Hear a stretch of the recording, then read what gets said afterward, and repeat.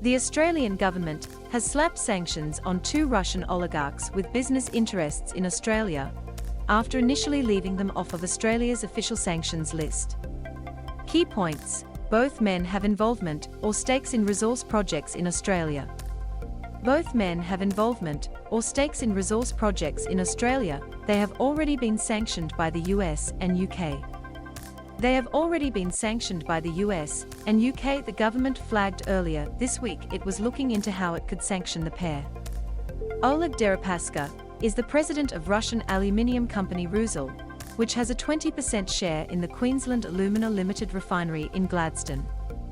Victor Vekselberg has interests in a company working with Origin Energy to frack the Beetaloo Basin in the Northern Territory. Both have been added to Australia's official sanctions list along with 20 Russian businesses, as part of the federal government's response to the invasion of Ukraine. They had already been sanctioned by the United States and the United Kingdom. In the UK overnight, Mr. Deripaska's multi-million-dollar mansion was briefly occupied by a group of squatters who said they were reclaiming the property to house Ukrainian refugees.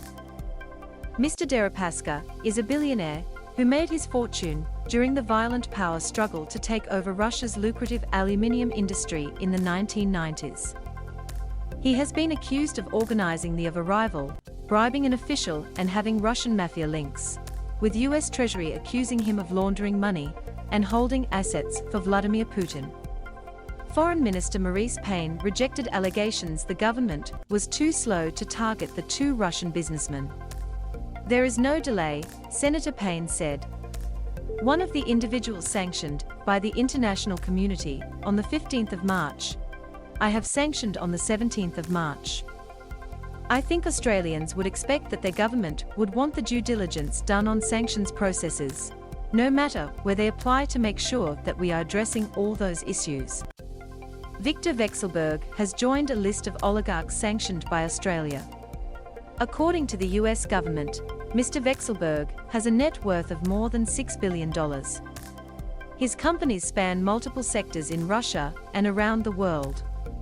But it is his close ties to Mr. Putin and other senior Russian politicians that have seen him added to international, and now Australia's, sanctions list. Impact of sanctions on workers. Earlier this week, Rio Tinto, which owns the remaining 80% of Queensland Alumina Refinery, said it was monitoring the situation in Ukraine and potential sanctions against Mr. Deripaska. We are confident that we have appropriate structures in place to ensure QAL's operations will not be disrupted, it said. Rio Tinto is in the process of terminating all commercial relationships it has with any Russian business.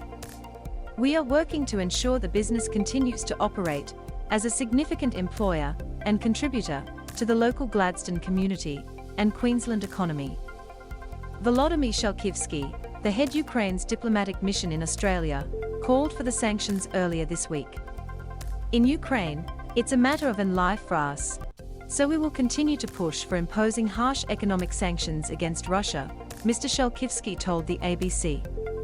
Aluminium is used for the aircraft production and military jet production, so it is important for us to have solidarity among our partners. Earlier this week, Home Affairs Minister Karen Andrews flagged possible sanctions while being mindful of the economic impact. Queensland Alumina is very important to the Gladstone economy.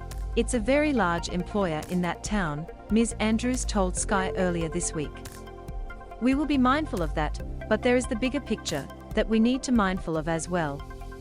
If we need to continue to put those in place and more individuals are needed to have sanctions against them, then we will take action against them.